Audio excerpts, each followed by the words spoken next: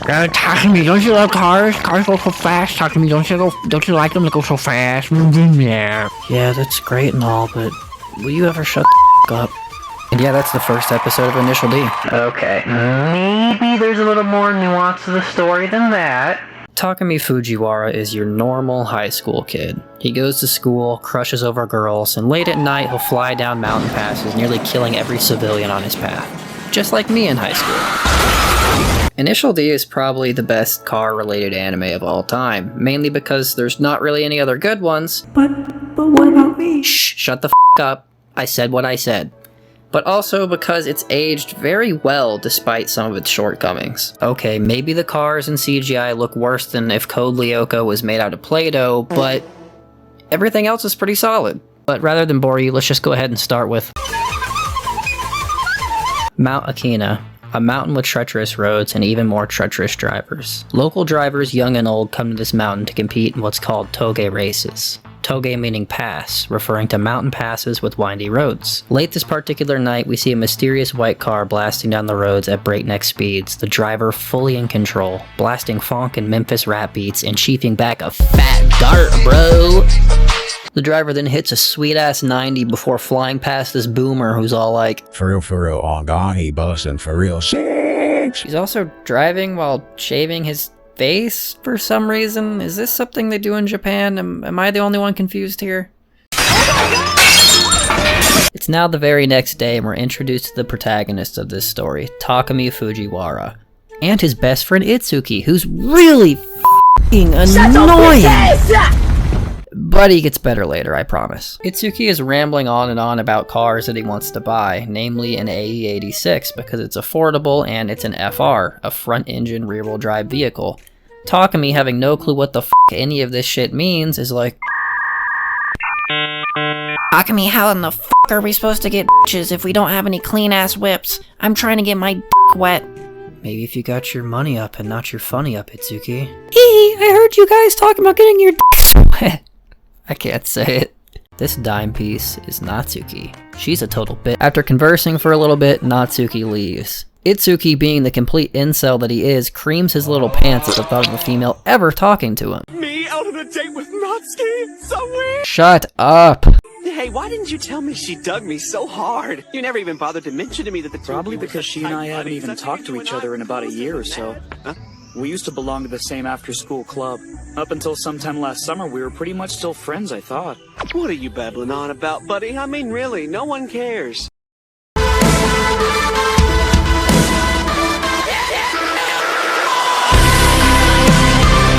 After being edgy and emo for about like 3 hours, Takumi and Itsuki decide to make their way to their after-school job, a gas station. Which as a Westerner is very strange because we fill our own gas over here. It's then revealed at this time that Natsuki is getting down in the back of a Mercedes. I always love the way you wear that outfit. Thanks. It's just my school uniform. FBI, open up! I was talking with this friend of mine at school, and he was telling me a little bit about the job he's got lined up for the summer break.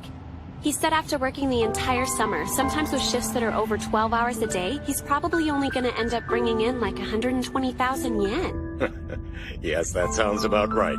Guess it's a lot harder to earn money than I thought. I should be more considerate. I've seen you spend more than that on me in a month without even blinking an eye. It makes me feel kind of bad. She take my money when I'm in need. Are you really okay with spending that much on me? Of course, my dear. Now quickly, fall to my face. Now, I know I hated on Natsuki earlier, but the show really doesn't do her story justice. It just makes her out to be a gold digger, when there's a lot more to her character. She's not a bad person, she's just a bad person for Takumi. Back at the gas station, Itsuki is bugging Takumi about why he's not interested in owning a car, and telling him that he should really take better consideration into getting an 8.6 with him. That's when their older coworker Ikatani walks up and says, "An 8.6, huh? I didn't know you guys could get any gayer." "We're not gay. We keep our socks on." "What?" I didn't say that. I said the 8.6 is a good car. You hear that? Takumi reveals that he doesn't even know what an 8.6 is. He doesn't even know what a car is. If you ask this guy to draw what a car is, he'd probably draw you a stick figure of a cat. So, Ikitane, when we buy our H6, do you think you'd let us join your team? I've always dreamt of being on the Akita Speed Stars. Yeah, sure. Oh, speaking of, it's Saturday, so the team's gonna meet up at Mount Akina tonight for a couple practice runs. You guys should come along, too. You mean we're actually invited? But we don't have a car to get us there. I can give you a ride, stupid. You let us ride in your S13? I'm in, I am so totally freaking in! Shut up! It's then revealed that the boomer from the mountain earlier is Yuichi Tachibana, the owner of the gas station. Yuichi used to be a racer in his heyday, and everyone at the gas station knows it. Ikitani is telling him excitedly about the event that's happening tonight, proclaiming that the Akina Speed Stars are the fastest downhill. Yuichi's then all like, You Zoomers ain't seen shit. before telling him about the legend of the ghost of Akina. Akina. I probably said it like 5 different times this video, haven't I? Back when I was still racing, there was this one fella. Everyone knew that he was the fastest, undisputed, couldn't be beat. And after all these years, he still drives Mount Akina. You're kidding me. I know every last driver who goes up and down that course, and no offense, but not a single one of them is an old-timer. He just drives during a different time of the day than you and all your buddies. And he's got a good reason. He happens to own a tofu shop. What do you think you're doing? Sneaking out? I got plans with Itsuki. We're just gonna hang out and stuff. Don't care what you do. Just don't make me drag your ass out of bed in the morning. After the last time, I don't think you need to remind me. See you in the morning, yeah? Yeah. This cool-ass motherfucker is Bunta Fujiwara, Takumi's dad, and coincidentally, an owner of a tofu shop. Itsuki and Takumi are now riding with Ikitani in the back. As you can see, Takumi is literally shitting his fucking brains out. I'm scared for my freaking life! I'm used to it, man. People tend to get scared first time they ride with a real street racer. Here goes a hairpin turn in second.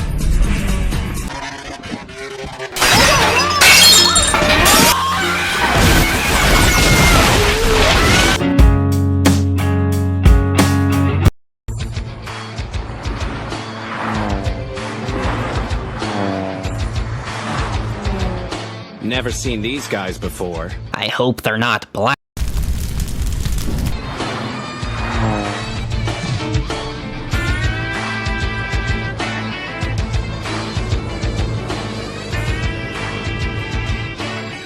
Looks like we got some company, boys. These cool cats are the Akagi Red Suns, better racers in every shape and form than the Akina Speed Stars.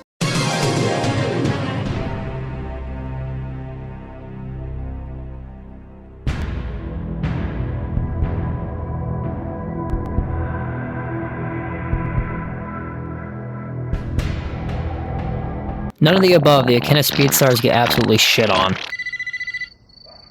Fujiwara Tofu Shop, how can I help you? Hey, Bunta, old friend, how you been? Was that you that flew by me on the mountain the other night? I had my wife and kids in the car. You nearly killed us all. Nah. Okay. Well, sorry to disappoint you, but that wasn't me. Had to be. It was your 8.6. Okay, you caught me. It was my car that you saw, but I wasn't the one driving it at the time. My son Takumi's delivering tofu to the hotels now. Wait, what did you say? Since when? I guess about 5 years now. He's been driving since he's been wearing fucking Pampers? Yeah. Yeah, I'm gonna call Child Protective Services. Nah. This guy is both the worst and coolest father ever. Also, these are the two bad guys for this arc. They're pretty cool. After absolutely destroying the Akina shit stars, the Akagi Red Tards decide to go home for the night. As Keisuke, Takahashi is leaving. By the way, that's their names. This one's Ryosuke and this one's Keisuke. They're pretty cool. This guy's smart and this one's dumb. Yeah. Keisuke sees headlights in his rear view. At first, he scoffs as the headlights look to be that of a slower car, like a Nissan 180SX or an MR2. He's completely flabbergasted when it's a Toyota Corolla. Yeah, the A86 is a Corolla. I'm gonna call it a Corolla from here on out because that's funnier to say that. Well, actually, the Toyota Corolla is the 11's a Corolla, and the Sprinter is like a sportier version of the. Shut up. I know. I'm still calling it a Corolla. F*** you. Bro, how was that f***ing loser keeping up with me? This car's so stupid and ugly. Wow. And then the Corolla sends him to Gapplebee's. Oh, gasp. Doesn't he know that the turnip ahead's a hairpin? He's going to die. I sleep until here. I don't want to be copyrighted. Then the show has this really weird outro with like real people and stuff. I don't know. But anyway, that's the end of... Alright, we're gonna... Alright, I know what you're wondering. Why are we skipping episode 2? Well, let me go ahead and let you know that episode 2, there's not really a ton that goes on. Basically, all you need to know that happens is at the end of the episode, Iketani goes and he finds Takumi's dad, Bunta Fujiwara, and he's like, yo, I know you have the AE86 Corolla! You literally made that bit and you're not even sticking to it. I've been practicing on the mountain, I still suck ass, can you please help me win this race against these guys? I don't want to be looked at as a And his dad's like, eh.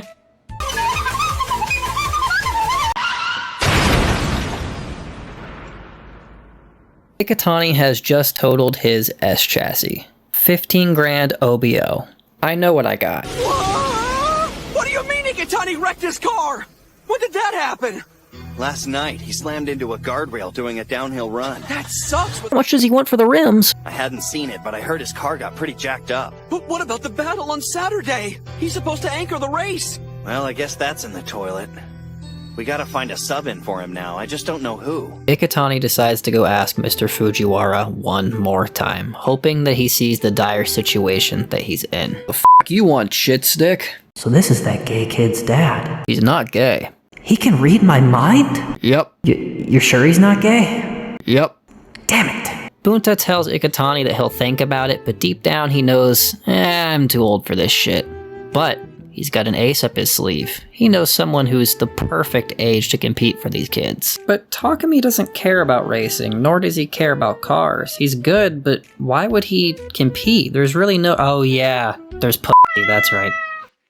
Congratulations to Takumi and Denji, the only two MCs whose motives actually make sense. Takumi's dad says, listen, if you race these kids for me to show them who's boss, I will give you my car for the weekend and a full tank of gas for your date with that girl.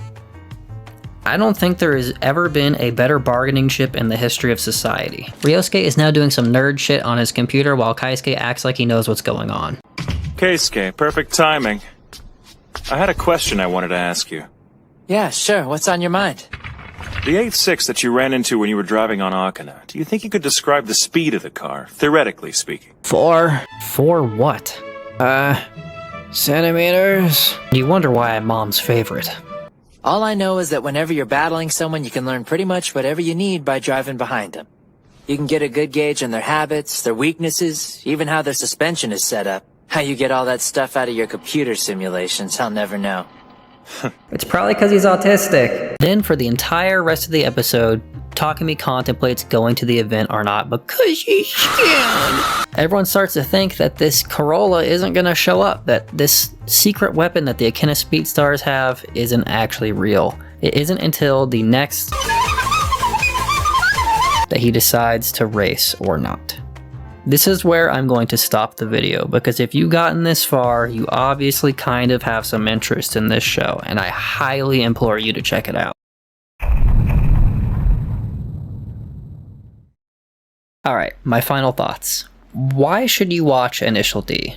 The thing is, Initial D had what other shows didn't. It had real cars and had real information about them. The creators did their research and actually put educational information about physics into the show, even down to the foreskin on Takumi. Okay, maybe they didn't go that far, but they researched their shit. There's realistic racing techniques, there's realistic physics, and there's all factual evidence backing up what the characters do with their cars modification-wise and driving-wise. There are no 1,000 horsepower monsters. These are toge cars, downhill racers. The drivers modify them to make them faster and handle better for their specific downhill usage. There's no over-the-top modifications and everything's believable. The modifications the racers do are well educated and decisions based on actual automotive technology and engineering principles. The show accurately portrays things like turbocharging, engine tuning, and suspension upgrades, and shows how they affect the car's performance in real ways. Cars break down in this show, things break, there's no sugarcoating anything. In Initial D, you do see the characters fix their cars in ways that are rooted in reality. From replacing simple things such as brake pads all the way to fixing entire suspension components, this show demonstrates a real understanding of car mechanics and maintenance. The creators understand that modifications can fail, that they don't always help you, and that certain modifications are completely unnecessary if you first don't have a driver mod. On top of everything, they actually make the characters and writing engaging. Something that really nobody gives a shit about in a racing show. We're here for cars and action, but the characters are written so well and so believable that oftentimes they take the spotlight away from the cars entirely, creating that perfect 50-50 balance. Sorry. Take our hero, Takumi Fujiwara, for example. His dad is an old retired street racer who wants Takumi to become the best driver possible, so he makes him drive his tofu delivery car, a tofu delivery car that was the fastest car on the downhill in his father's heyday.